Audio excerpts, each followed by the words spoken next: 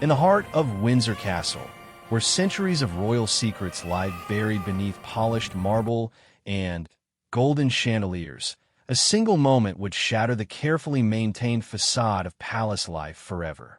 When the heir to the throne collapsed in the grand ballroom during the most important diplomatic event of the decade, it wasn't just a medical emergency that unfolded.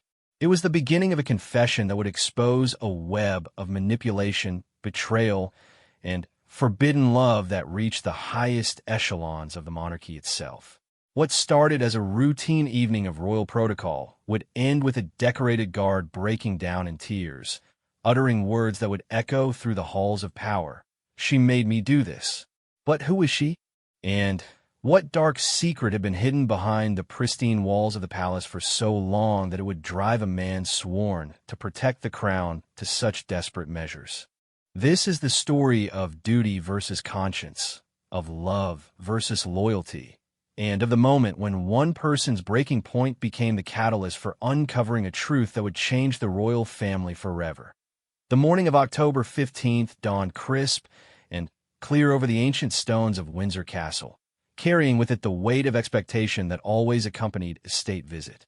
Captain Marcus Sterling adjusted his ceremonial uniform for the third time, his fingers trembling slightly as they traced the golden braiding that marked his rank among the Queen's Guard. After 12 years of faithful service, he had never felt the weight of his position as heavily as he did today. The castle buzzed with activity as staff members hurried through the corridors, making final preparations for the evening's diplomatic reception. Representatives from 7 nations would be attending, including the Prime Minister of a strategically important ally whose relationship with the Crown had been strained in recent months. The success of tonight's event could influence international relations for years to come. Marcus stood at attention in the guardroom, watching as his fellow officers prepared for their assignments. Lieutenant Harrison, barely 25, and eager to prove himself, polished his sword with meticulous care. Sergeant Williams, a veteran of 15 years, reviewed the security protocols one final time. They all shared the same commitment to duty, the same unwavering loyalty to the crown that had been drilled into them from their first day of service. But Marcus carried a burden that none of them could see. 3 months earlier, everything had changed. Lady Catherine Pembroke, the Queen's personal secretary and one of the most influential figures in the royal household, had approached him with what she called a special assignment. Lady Catherine was known throughout the palace for her sharp intelligence and unwavering dedication to protecting the royal family's interests. She had served the crown for over 20 years, earning the trust of the Queen herself through her discretion and efficiency. The assignment had seemed simple enough at first. Prince George, second in line to the throne, had been exhibiting what Lady Catherine described as concerning behavior. He had been meeting secretly with journalists, she explained, potentially planning to reveal sensitive information about the family's private affairs. The prince had always been rebellious, but these alleged meetings cross a line that could damage the monarchy's reputation irreparably. Marcus's task was to monitor the prince's activities and report back to Lady Catherine. Nothing more, she assured him. Just observation and documentation. It was for the prince's own protection, she had said, and for the security of the crown itself. How could Marcus refuse such a request from someone so highly placed in the royal hierarchy? The monitoring had started innocently enough. Marcus would note when the prince left his chambers, whom he spoke with during public events, and any unusual patterns in his daily routine. Prince George was 28 years old, intelligent, and charismatic, but he had always chafed against the restrictions of royal life. He spent time with artists, writers, and activists who were often critical of the establishment his family represented. As the weeks passed, Lady Catherine's requests became more specific. She wanted to know about the prince's private conversations, his personal correspondence, and his emotional state. Marcus found himself in an increasingly uncomfortable position, using his security clearance and trusted status to gather information that felt more like espionage than protection. The turning point came when Lady Catherine presented him with a small vial of clear liquid. She explained that it was a mild sedative, completely harmless, but effective at inducing temporary unconsciousness. The prince had been planning something drastic for the state reception, she told Marcus. Intelligence sources had confirmed that he intended to make a public announcement that would embarrass the royal family and potentially destabilize the government's diplomatic efforts. The sedative would prevent this catastrophe, Lady Catherine assured him. A few drops in the prince's wine would cause him to feel faint and require him to retire early from the reception. The diplomatic proceedings could continue without incident, and the prince's planned announcement would be prevented. It was a temporary solution to protect both the prince and the crown from the consequences of his impulsive behavior. Marcus had stared at the vial in his hand, feeling the weight of the decision before him. His oath to the crown demanded obedience to his superiors, but something deep inside him rebelled against the idea of drugging a member of the royal family. Lady Catherine had sensed his hesitation and reminded him of his duty, of the trust placed in him, and of the consequences that would follow if the prince's alleged plan came to fruition. Now, as he stood in the guardroom preparing for the evening's duties, Marcus felt the vial burning like a coal in his pocket.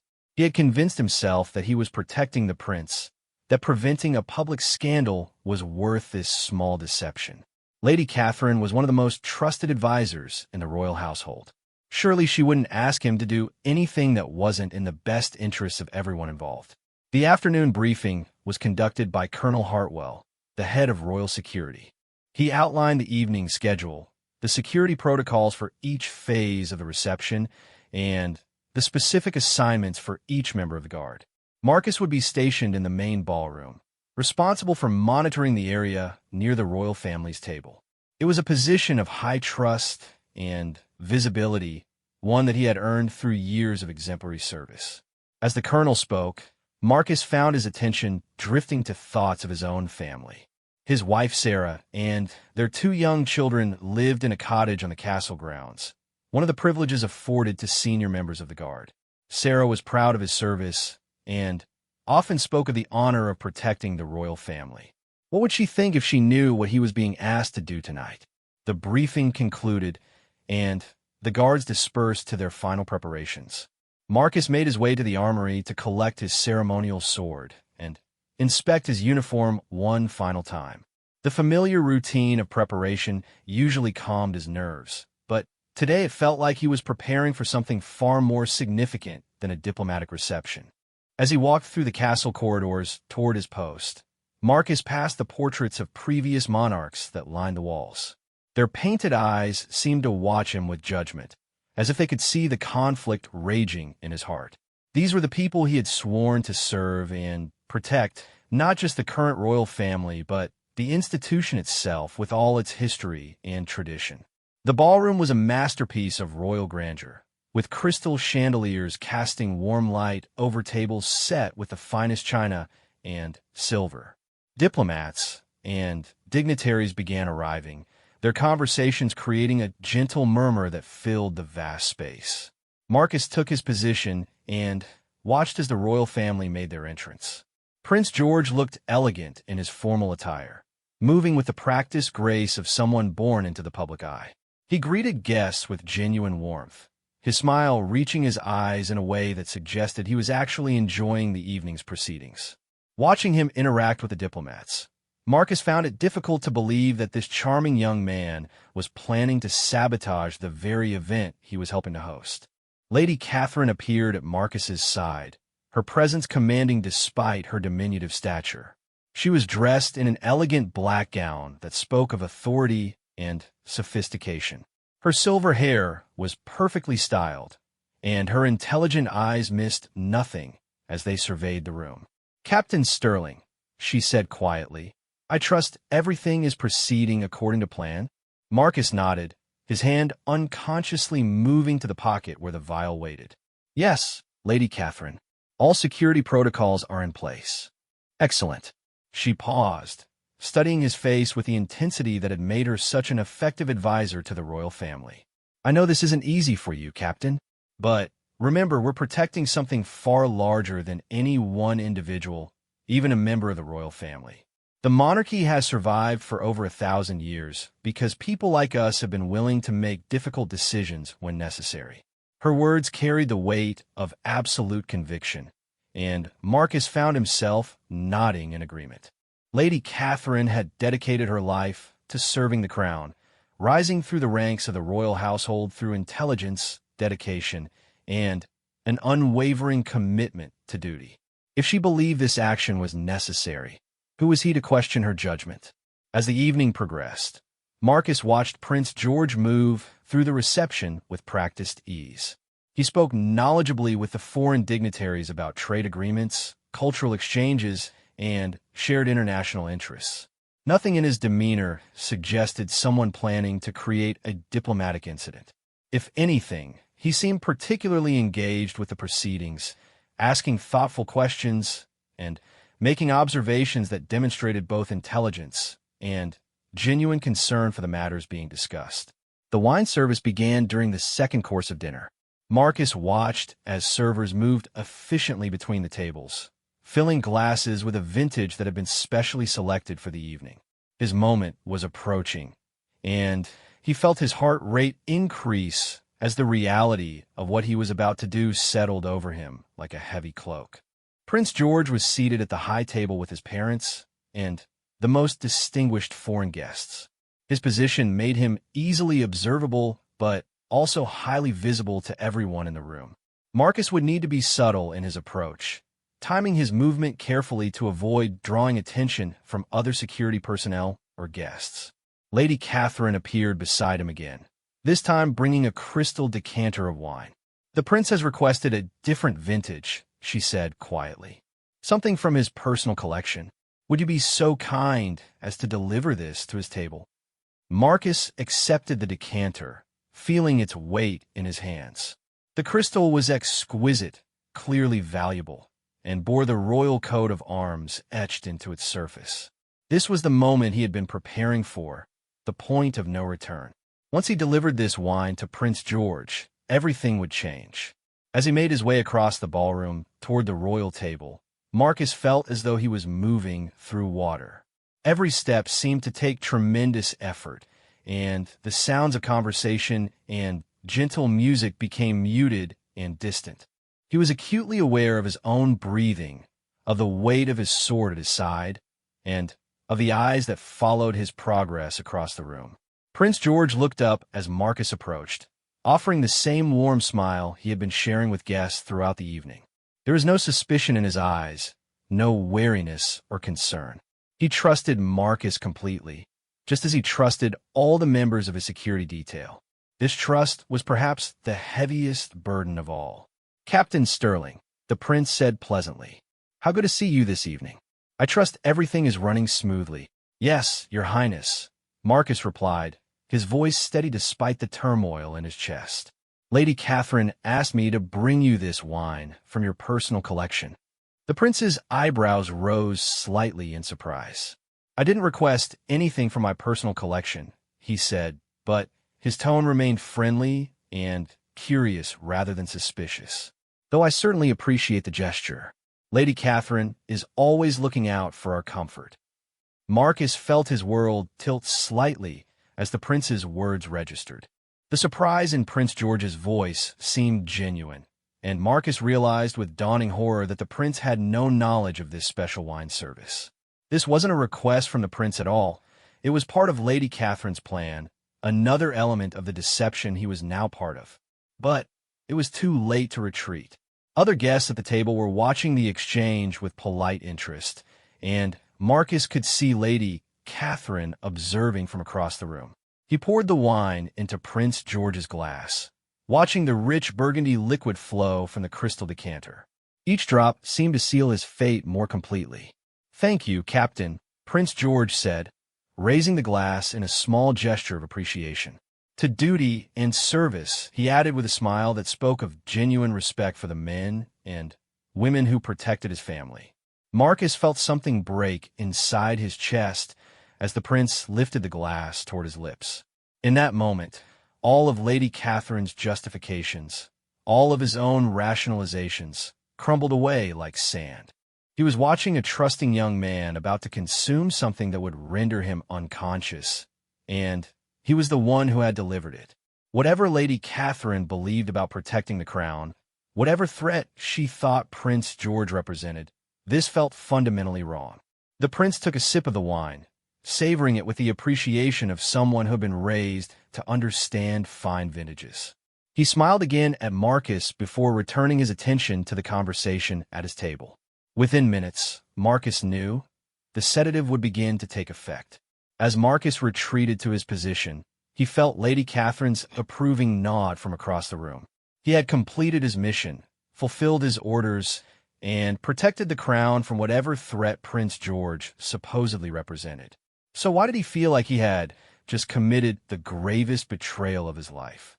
The rest of the evening passed in a haze of anticipation and dread. Marcus watched Prince George continue to engage with the guests, his manner remaining bright and enthusiastic even as the wine circulated through his system.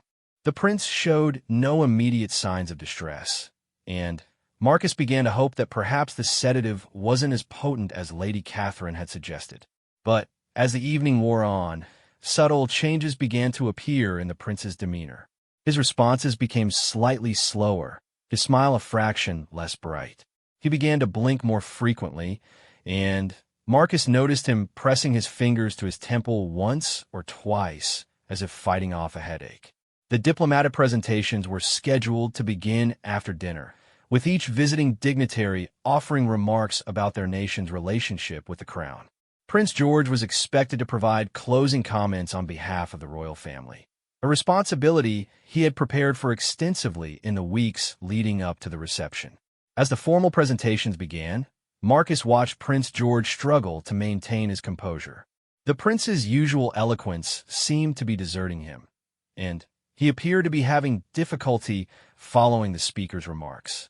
When his own time to speak arrived, he rose from his chair with visible effort. "Ladies and gentlemen," Prince George began, his voice lacking its usual clarity and strength. "I want to thank our distinguished guests for joining us tonight." He paused, swaying slightly on his feet. "For joining us to celebrate." Another pause, longer this time, as he seemed to lose track of his thoughts. The room grew quiet as guests began to notice that something was wrong. Prince George raised a hand to his forehead, his face pale and drawn. "I apologize," he said, his words beginning to slur slightly. "I seem to be feeling rather." He never finished the sentence. The collapse happened so quickly that even the trained security personnel were caught off guard. One moment, Prince George was standing at his place, struggling to complete his remarks, and the next he was falling toward the floor as his legs gave way beneath him. The crash of his chair and the collective gasp of the guests created a moment of chaos that seemed to suspend time itself. Marcus was moving before he even realized it, his training taking over as he rushed toward the high table. But as he knelt beside the unconscious prince, checking for a pulse and breathing, he felt the weight of his guilt crushing down upon him like a physical force. This was his doing. He had caused this collapse, this humiliation, this moment of terror for everyone who cared about Prince George. Other security personnel swarmed the area, clearing guests away and calling for medical assistance. The royal physician arrived within minutes, quickly assessing the prince's condition and arranging for his transport to the castle's medical facility. Through it all, Marcus maintained his professional composure, helping to coordinate the emergency response even as his soul screamed with self-recrimination. As Prince George was carried from the ballroom on a stretcher, still unconscious and pale as marble, Marcus caught sight of Lady Catherine near the exit. She appeared concerned and distressed, playing her part perfectly as a devoted servant worried about her employer's well-being. But when their eyes met across the room, Marcus saw something else in her expression, a satisfaction that made his blood run cold. The reception continued in a subdued manner, with the royal physician providing regular updates on Prince George's condition. The official explanation was that the prince had suffered from exhaustion and dehydration, brought on by the stress of recent weeks and insufficient rest. The foreign dignitaries expressed their concerns, and best wishes for his recovery, and the evening concluded without the crisis that Lady Catherine had predicted would occur. Standing alone in the now quiet ballroom as staff members cleared away the remnants of the evening, Marcus felt the full weight of what he had done settling over him. He had betrayed the trust of a man who had never shown him anything but kindness and respect. He had allowed himself to become a tool in someone else's manipulation, and in doing so had violated everything he believed about honor, duty, and service. The vial in his pocket felt like it weighed 1,000 pounds, evidence of a betrayal that would haunt him for the rest of his life. As he finally made his way back to his quarters, Marcus knew that nothing would ever be the same. The man he had been before tonight was gone, replaced by someone who had learned that the line between protection and betrayal was far thinner than he had ever imagined. Part 2, the medical wing of Windsor Castle had never felt so oppressive to Marcus as it did during the hours following Prince George's collapse. He stood at attention outside the prince's private room, officially assigned as security for the royal patient, but internally consumed by guilt that threatened to tear him apart from the inside. Through the partially open door, he could hear the quiet conversations between physicians and the steady beeping of monitoring equipment that tracked the prince's vital signs. Dr. Elizabeth Hartley, the royal physician, had been working through the night to determine the cause of Prince George's sudden collapse. She was a woman of impeccable reputation, having served the royal family for over 15 years with dedication and discretion. Her preliminary diagnosis of exhaustion and dehydration had satisfied the immediate concerns of the palace staff and the media, but Marcus could see the puzzlement in her expression whenever she emerged from the prince's room. Lady Catherine appeared in the medical wing shortly after dawn, her usually immaculate appearance showing slight signs of the sleepless night she had endured. She approached Marcus with the same composed authority she always displayed, but he noticed a tension in her posture that hadn't been there before. "Captain Sterling," she said quietly, positioning herself so that their conversation would not be overheard by the medical staff. "I trust you've maintained proper security protocols throughout the night?" "Yes, Lady Catherine," Marcus replied, his voice hoarse from hours of silent vigil. "No unauthorized personnel have been permitted access to His Highness." She studied his face with the same penetrating gaze that had always made Marcus feel as though she could read his thoughts. "You look troubled, Captain. I understand that witnessing such an incident can be distressing, but you must remember that we prevented a far greater catastrophe from occurring. The prince's temporary discomfort is a small price to pay for protecting the monarchy from potential scandal." Marcus felt his jaw clench involuntarily. The memory of Prince George's confused struggle to complete his speech, followed by his terrifying collapse, played repeatedly in his mind like a nightmare from which he couldn't wake. "With respect, Lady Catherine, I haven't seen any evidence of the threat you described." The prince seemed genuinely committed to the success of the diplomatic reception. Lady Catherine's expression hardened almost imperceptibly. "Captain, you must understand that intelligence regarding threats to the crown operates at levels far above your security clearance. The prince may not have been consciously planning to damage the monarchy's interests, but he has been influenced by individuals who certainly have that goal. Sometimes protection requires us to act on information that cannot be fully shared or explained." Her words carried the weight of absolute authority, but Marcus found himself questioning them in a way he never had before. Throughout his years of service, he had accepted the hierarchy of the royal household without question, trusting that those above him possessed knowledge and wisdom that justified their decisions. But seeing Prince George's genuine confusion and trust before his collapse had shattered that unquestioning acceptance. Dr. Hartley emerged from the prince's room, carrying a tablet displaying test results, her expression thoughtful and concerned. She nodded politely to Lady Catherine and Marcus before continuing down the corridor toward her office. Marcus noticed that she had been conducting an unusually thorough battery of tests for what was supposedly a simple case of exhaustion. "Doctor," Lady Catherine called after her, "how is His Highness progressing? Will he be able to resume his duties soon?" Dr. Hartley paused and turned back, her professional demeanor intact but with a slight frown creasing her brow. His vital signs have stabilized completely, which is encouraging.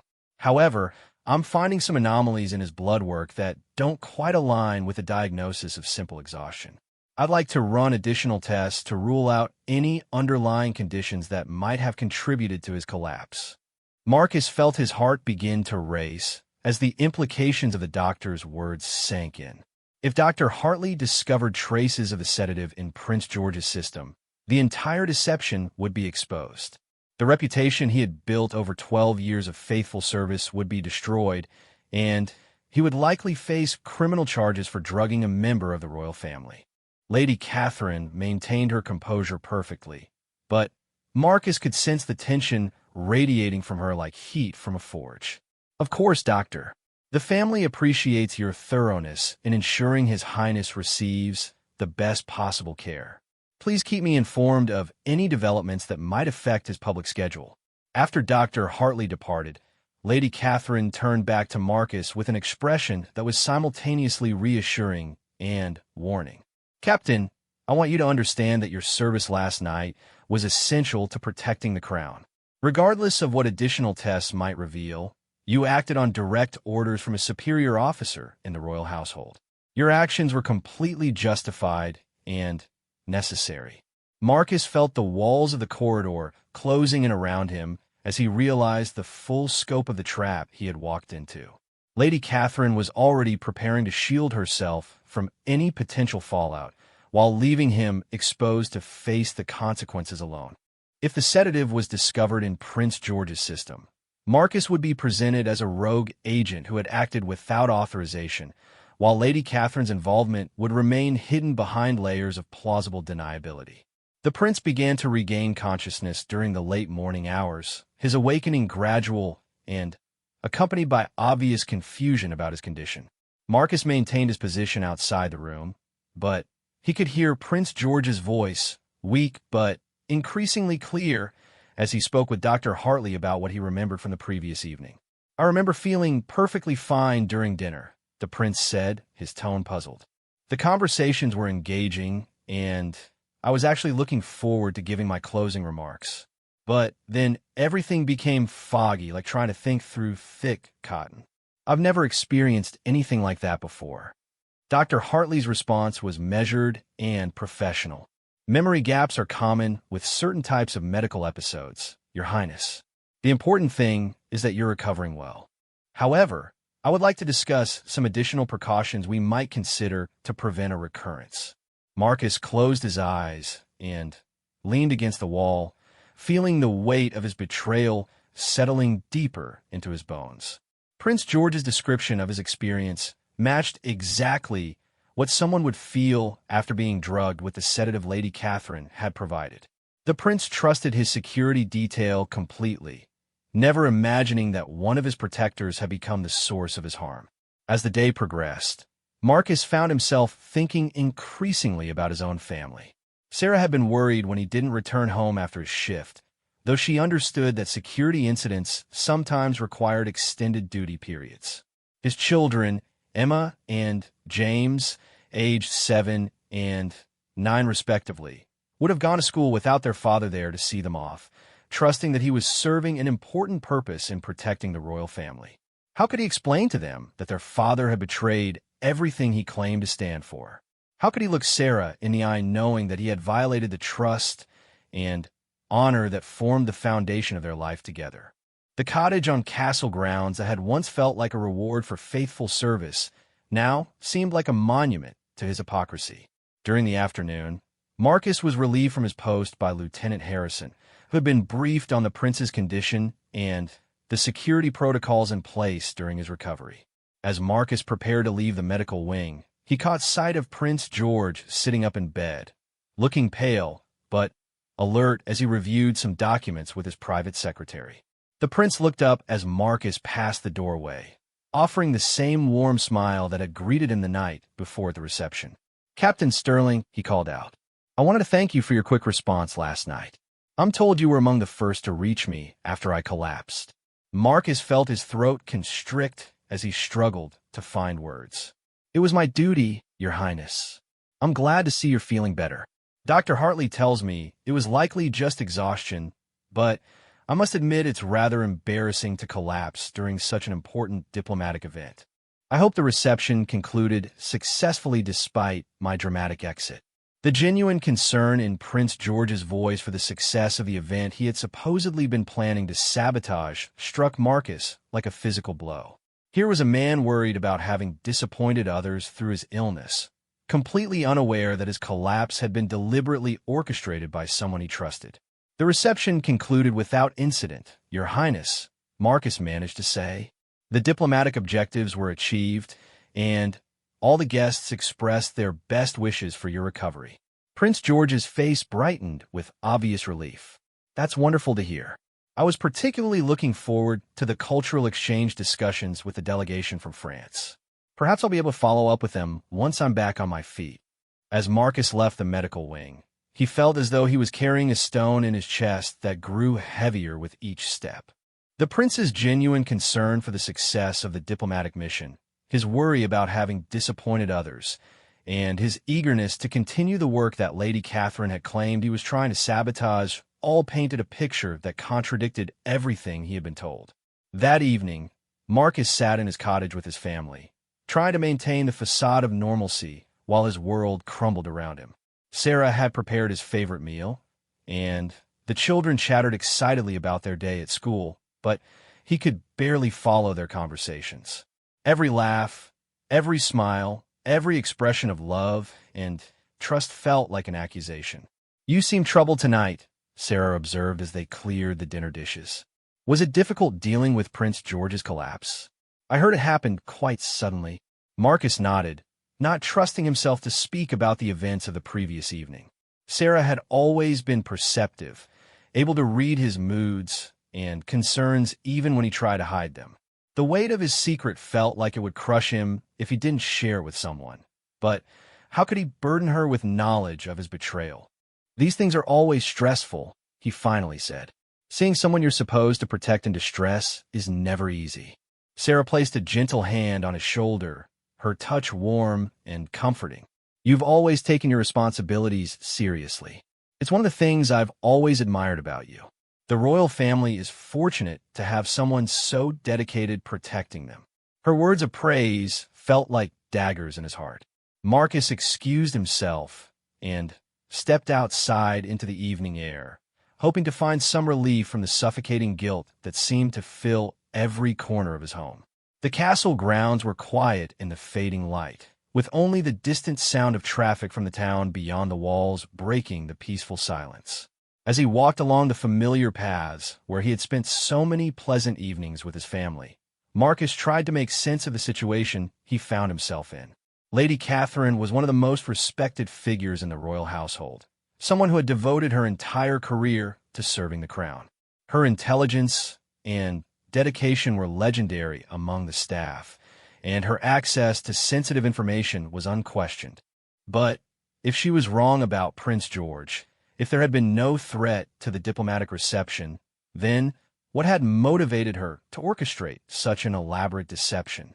The sedative, the false story about threats to the monarchy, the careful manipulation of his loyalty and duty, all of it suggested a level of planning that went far beyond a simple misunderstanding or overreaction to perceived danger. Marcus found himself remembering conversations he had overheard in recent months, fragments of discussion between senior staff members that had seemed innocuous at the time, but now took on new significance. There had been mentions of Prince George's difficult questions about certain palace policies, his inappropriate interest in some of the royal family's charitable investments, and his tendency to associate with the wrong sort of people. None of these concerns had seemed particularly serious to Marcus when he first heard them. Prince George had always been known for his intellectual curiosity and his commitment to social causes. His questions about palace operations and his friendships with activists and reformers had been seen as evidence of his preparation for future royal responsibilities, not as threats to the monarchy itself. But what if Lady Catherine saw things differently? What if Prince George's curiosity and independence represented a challenge to the established order that she had devoted her life to maintaining? The royal household operated according to traditions and hierarchies that had evolved over centuries, and any significant change could be seen as a threat by those whose power depended on maintaining the status quo. As Marcus returned to his cottage, he realized that he needed to learn more about what Prince George had actually been doing in the weeks leading up to the diplomatic reception. If Lady Catherine's claims about threats to the monarchy were false, then he needed to understand what had really motivated her to drug the prince. The truth might be the only thing that could free him from the web of deception he had become entangled in. That night, Marcus lay awake staring at the ceiling while Sarah slept peacefully beside him.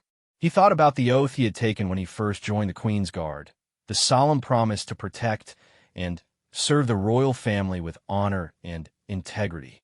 He had believed that following Lady Catherine's orders was consistent with that oath, but now he wondered if true loyalty to the crown required him to expose the deception rather than perpetuate it.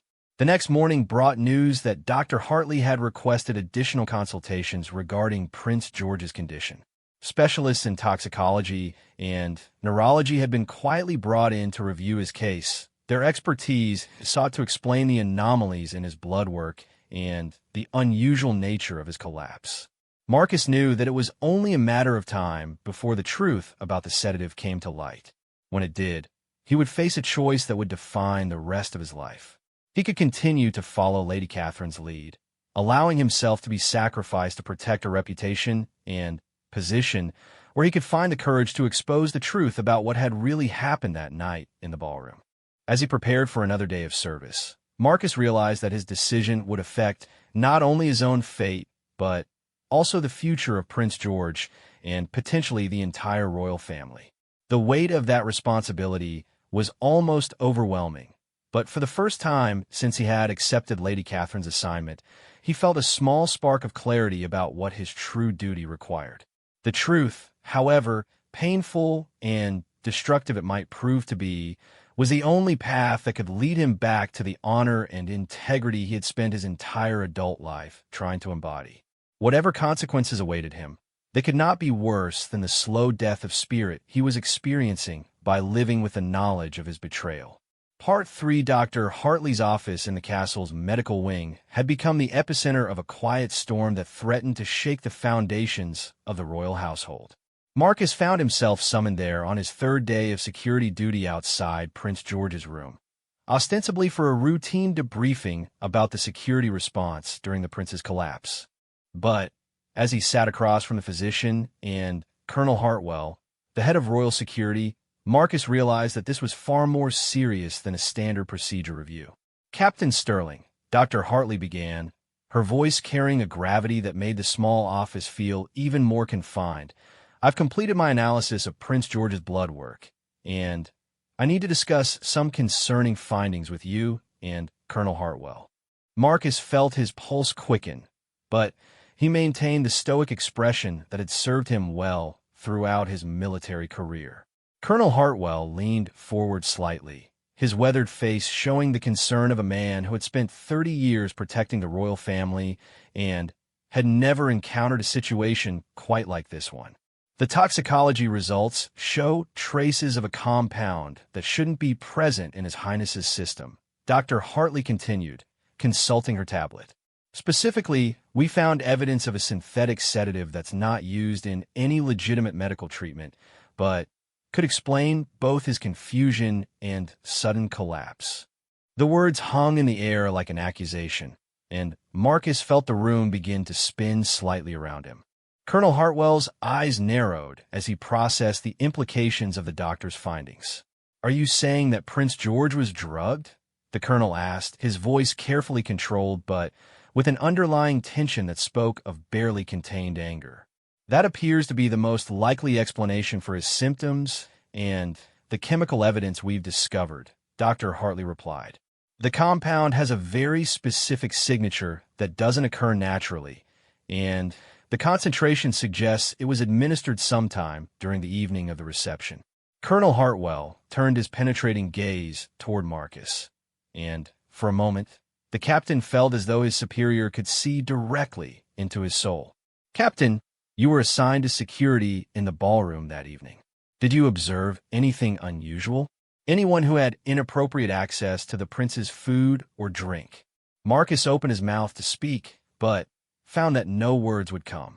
This was the moment he had been dreading since Prince George first collapsed. The point where his guilt would either be exposed or where he would have to compound his betrayal with outright lies. The weight of Colonel Hartwell's trust, Dr. Hartley's professional concern, and his own conscience created a pressure that felt like it might crush him entirely. Marcus began, then stopped, swallowing hard against the tightness in his throat. I need to tell you something about that evening. Both Dr. Hartley and Colonel Hartwell sat forward, sensing that something significant was about to be revealed. The silence in the office was so complete that Marcus could hear his own heartbeat echoing in his ears. 3 months ago, Lady Catherine approached me with concerns about Prince George's behavior. Marcus said, the words coming out in a rush, as though he was afraid he might lose his nerve if he paused. She said he was meeting secretly with journalists and planning to reveal damaging information about the royal family during the reception. Colonel Hartwell's expression darkened as Marcus continued his confession. She gave me a sedative and asked me to put it in the prince's wine to prevent him from making whatever announcement she believed he was planning.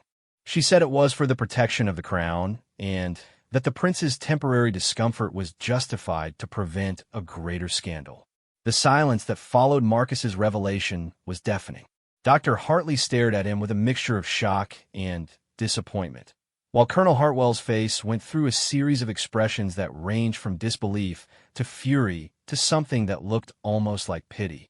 Captain Sterling, Colonel Hartwell said finally, his voice heavy with the weight of 30 years of military discipline. Are you telling me that you drugged a member of the royal family on the orders of Lady Catherine Pembroke? Yes, sir, Marcus replied, his voice barely above a whisper. I believed I was following legitimate orders from a senior member of the royal household. Lady Catherine has served the crown for over 20 years, and I trusted her judgment about what was necessary to protect the monarchy. Dr. Hartley set down her tablet and rubbed her temples with both hands. This explains everything about his symptoms and the unusual chemical signature we found. My God, Captain, do you realize that you could have killed him? Sedatives can interact unpredictably with other medications or underlying health conditions.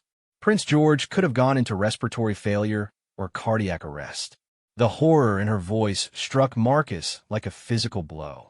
Throughout all of Lady Catherine's assurances about the safety of her plan, he had never considered the possibility that the sedative could have caused permanent harm or even death. The image of Prince George collapsing in the ballroom took on new and terrifying dimensions as Marcus realized how much worse the situation could have been. Colonel Hartwell stood up abruptly and began pacing the small confines of the office. 25 years, he muttered. 25 years I've known Catherine Pembroke, and I would have sworn she was one of the most trustworthy people in this entire castle. He turned back to Marcus with an expression of grim determination. Captain, I need you to tell me everything. Every conversation, every instruction, every detail of your interactions with Lady Catherine regarding this matter.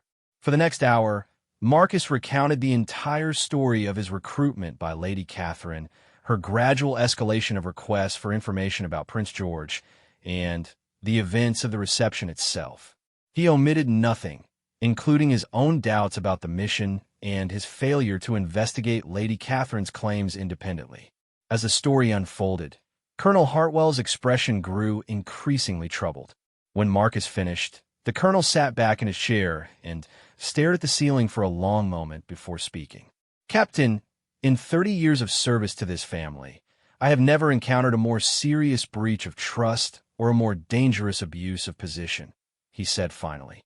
What Lady Catherine asked you to do wasn't just wrong, it was criminal. And what makes it even worse is that she used your loyalty and dedication against you. Dr. Hartley had been taking notes throughout Marcus's confession, and she looked up from her tablet with a concerned expression.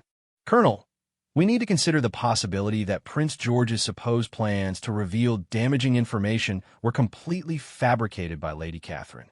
Based on my conversations with him, he seems genuinely committed to supporting the monarchy and had no intention of creating any kind of scandal. The implications of the doctor's observation settled over the room like a dark cloud. If Prince George had never posed any threat to the crown, then Lady Catherine's elaborate manipulation served some other purpose entirely. But what could motivate such a trusted and respected member of the royal household to orchestrate such a dangerous deception? Colonel Hartwell picked up his secure phone and began dialing. "I'm calling an immediate meeting with the Queen's private secretary and the head of palace security," he said.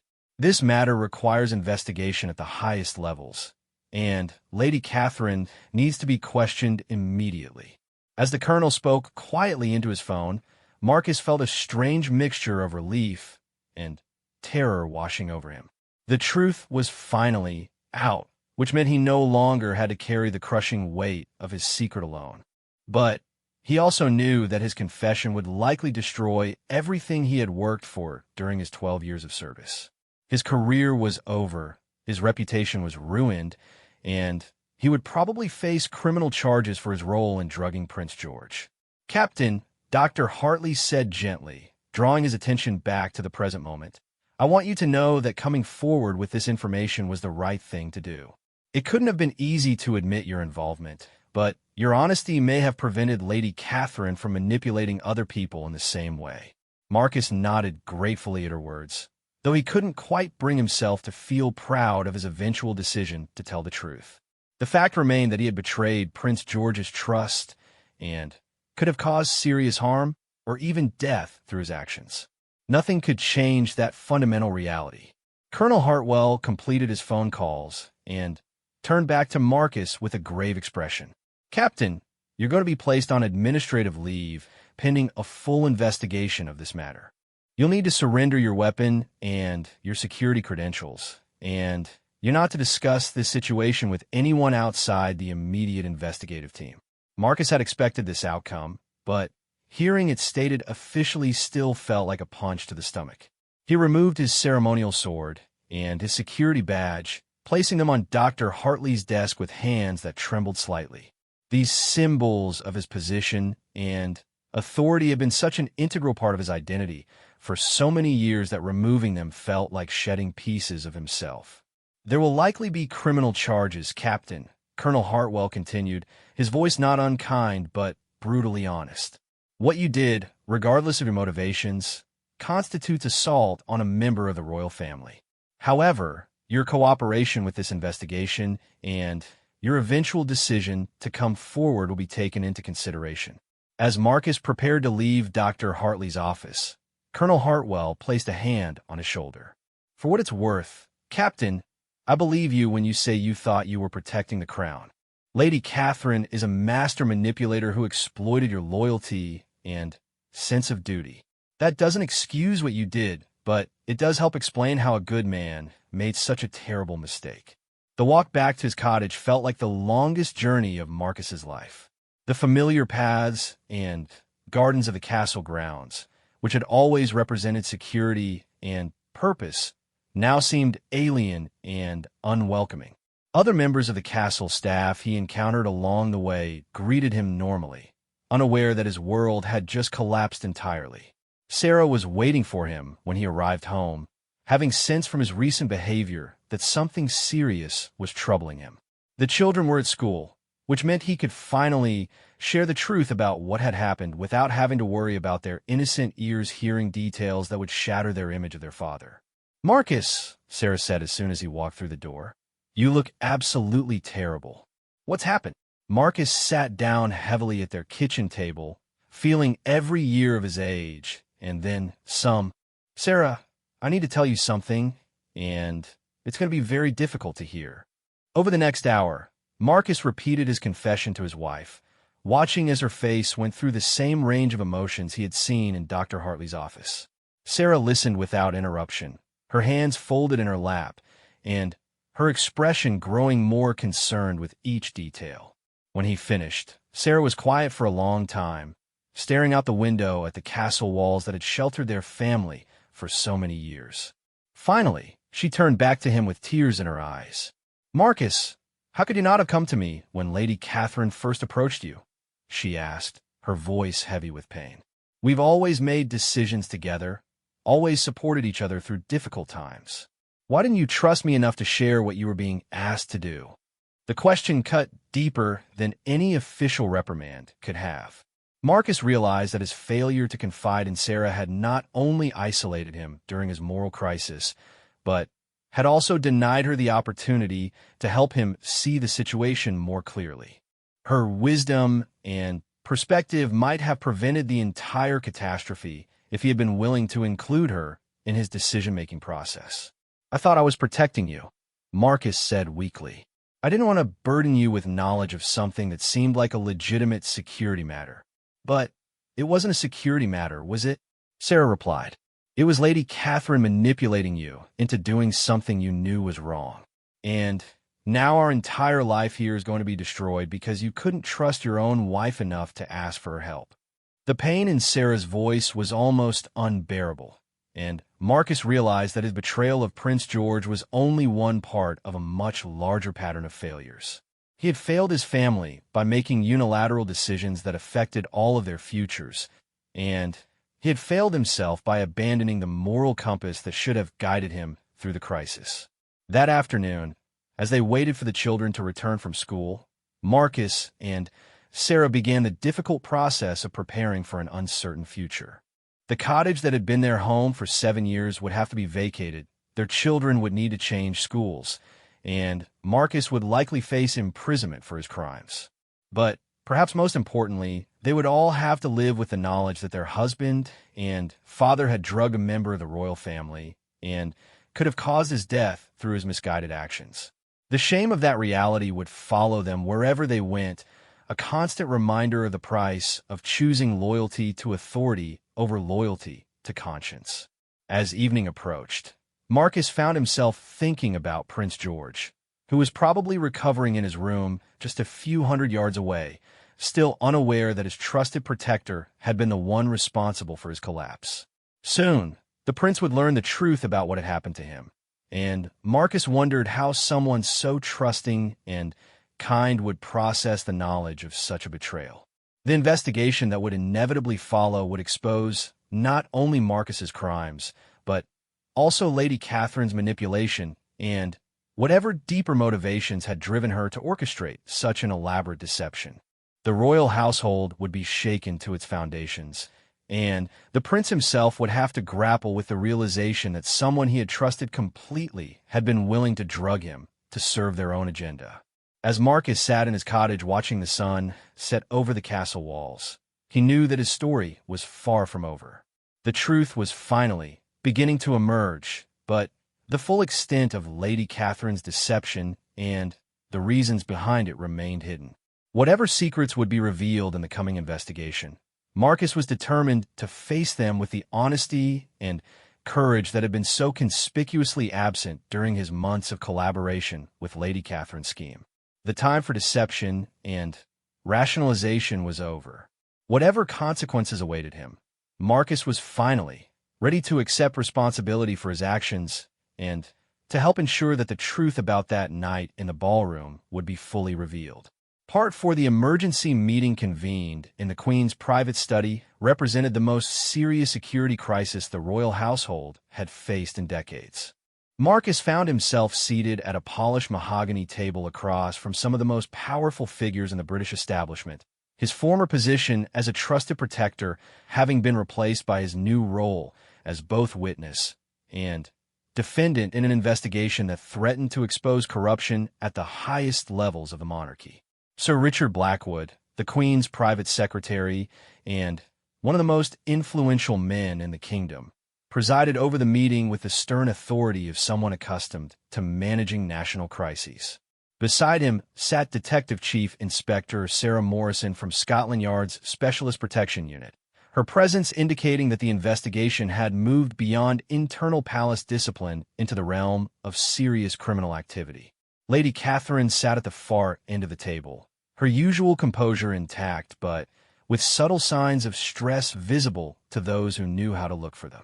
Her silver hair was perfectly styled as always, and her black suit projected the same authority she had wielded for over 20 years, but Marcus could see a tightness around her eyes that hadn't been there before.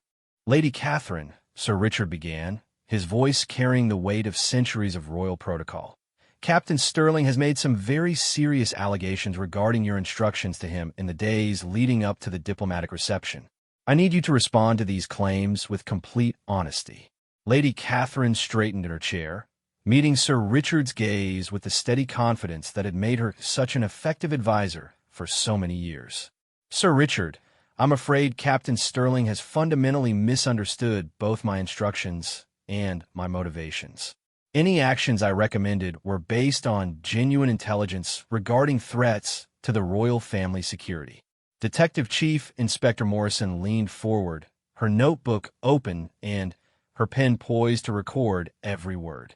"Lady Catherine, can you provide specific details about this intelligence? Who provided it, when you received it, and what specific threat Prince George allegedly posed?" For the first time since Marcus had known her, Lady Catherine seemed to hesitate slightly before responding. The pause lasted only a moment, but it was enough to suggest that her usual command of information might not be as comprehensive as she had always claimed. "The intelligence came through channels that require the highest levels of discretion," she said finally. "Prince George had been meeting with individuals whose loyalties to the crown were questionable, and there was evidence that he was planning to make statements during the reception that could have damaged Britain's international relationships." Sir Richard consulted a folder that had been placed before him, his expression growing more skeptical with each page he reviewed. "Lady Catherine, I've spent the last 18 hours investigating these claims, and I cannot find any evidence whatsoever of meetings between Prince George and questionable individuals, nor any indication that he planned to make inappropriate statements during the reception." The silence that followed was profound and uncomfortable. Marcus watched Lady Catherine's face carefully, seeing for the first time cracks appearing in the facade of absolute certainty she had always projected. Her hands, which usually rested calmly in her lap, began to fidget slightly with a pen she had picked up from the table. Detective Chief Inspector Morrison seized on a moment of uncertainty. "Lady Catherine, I need you to understand the seriousness of this situation. A member of the royal family was drugged with a potentially dangerous substance, and you appear to have orchestrated this action based on intelligence that no one else can verify. This constitutes conspiracy to commit assault, at minimum." "I was protecting the crown," Lady Catherine said, her voice rising slightly for the first time Marcus could remember. "Everything I did was in service of preserving the monarchy and preventing a catastrophe that could have had international implications. If my methods were unconventional, it was because the threat required unconventional responses." Sir Richard closed the folder and fixed Lady Catherine with a stare that seemed to pierce through her defenses. "Catherine, you've served this family faithfully for 22 years, which is why I'm going to give you one final opportunity to tell us the truth. What really motivated you to drug Prince George? What were you actually trying to prevent?" The question hung in the air for several long moments, while Lady Catherine appeared to struggle with some internal conflict. Marcus found himself holding his breath, realizing that whatever she said next would either vindicate her claims or expose a deception that ran far deeper than anyone had imagined. "You wouldn't understand," Lady Catherine said finally, her voice barely above a whisper. "None of you would understand what it's like to watch the institution you've devoted your life to protecting begin to crumble from within." Sir Richard's eyebrows rose slightly. "What do you mean, Catherine? How is the monarchy crumbling from within?" Lady Catherine's composure finally began to crack visibly, years of suppressed frustration and fear spilling out in a torrent of words. "Prince George has been asking questions, dangerous questions about the family's financial arrangements, about certain charitable investments, about decisions made years ago that were necessary, but could be misinterpreted by people who don't understand the complexities of royal finance." The revelation struck the room like a thunderbolt. Marcus realized that he was witnessing the exposure of something far more significant than a simple overreaction to perceived threats. Lady Catherine's confession suggested that there were genuine secrets within the royal household, secrets important enough to justify drugging the heir to the throne to protect them. Detective Chief Inspector Morrison leaned forward intently. What specific financial arrangements were you concerned about Prince George discovering? Lady Catherine looked around the table desperately, as if seeking some escape from the trap she had created for herself. There were investments made through certain trusts in the 1990s, perfectly legal at the time, but the optics could be damaging in today's political climate. Prince George had been reviewing financial documents and asking staff members about transactions that predated his involvement in royal duties. Sir Richard's face had gone pale as he processed the implications of Lady Catherine's words. "Catherine, are you telling me that you drugged Prince George to prevent him from discovering information about the royal family's own financial history?" "I was protecting the crown from scandal," Lady Catherine insisted, but her voice lacked the conviction it had carried earlier. If those investments had become public knowledge, especially with the current political climate regarding tax avoidance and offshore accounts, the damage to the monarchy's reputation could have been irreparable. Marcus felt a mix of horror and vindication as he listened to Lady Catherine's confession. The threat she had been so concerned about wasn't external enemies or Republican conspirators. It was the legitimate curiosity of a future king about his own family's financial affairs. She had manipulated Marcus into drugging Prince George simply to prevent him from learning information he had every right to know as a senior member of the royal family. Detective Chief Inspector Morrison made several notes before looking up at Lady Catherine with an expression of professional disappointment. "Lady Catherine, even if these financial concerns were legitimate, drugging someone to prevent them from accessing information is completely illegal and utterly unjustifiable. You've committed serious crimes based on your own assessment of what information Prince George should or shouldn't have access to. You don't understand the pressures," Lady Catherine said, her voice now carrying a note of desperation. "The media's scrutiny, the constant threat of Republican sentiment, the need to maintain public confidence in the institution. Every scandal, every questionable revelation chips away at the foundation of everything we've worked to preserve." Sir Richard stood up and walked to the window that overlooked the castle grounds, his shoulders heavy with the weight of what he had just learned. "Catherine, your dedication to the crown is not in question, but your methods have been completely unacceptable. You've not only committed crimes, but you've also betrayed the trust of the very institution you claim to serve." The meeting continued for another hour as the full scope of Lady Catherine's deception was explored. She admitted to having accessed Prince George's private correspondence, to monitoring his meetings with financial advisors, and to creating a narrative of external threats to justify her actions to Marcus. The web of lies and manipulation she had constructed was far more extensive than anyone had initially realized. As the session concluded, Detective Chief Inspector Morrison formally arrested Lady Catherine on charges of conspiracy to commit assault, abuse of position, and violation of privacy rights. The woman who had been one of the most powerful figures in the royal household was led away in handcuffs, her 22 years of service ending in disgrace and criminal prosecution. Marcus remained in the room after Lady Catherine's departure, facing his own reckoning with Sir Richard and the detective chief inspector. His cooperation with the investigation will be taken into consideration, but he still faced serious charges for his role in drugging Prince George. The betrayal of trust inherent in his actions could not be overlooked, regardless of the manipulation he had experienced. "Captain Sterling," Sir Richard said solemnly, "while Lady Catherine's deception explains your actions, it doesn't excuse them. You failed to verify her claims independently, and you allowed your loyalty to be exploited in a way that put Prince George's life at risk. There will be consequences for these failures." Marcus nodded, accepting the judgment he knew he deserved. "Sir Richard, I understand that my actions were inexcusable, regardless of my motivations. I'm prepared to face whatever consequences are deemed appropriate." Detective Chief Inspector Morrison consulted her notes before addressing Marcus directly. "Captain, given your cooperation with this investigation and the manipulative circumstances surrounding your actions, We're prepared to recommend a reduced sentence in exchange for your continued assistance in building the case against Lady Catherine. However, you will face criminal charges, and your career in royal security is over." The finality of those words struck Marcus with surprising force. Even though he had expected this outcome from the moment he decided to confess his involvement. The career that had defined his adult life, the source of pride and purpose that had sustained him for 12 years, was ending in shame and criminal prosecution. That evening, Marcus returned to his cottage to find Prince George waiting for him in the garden.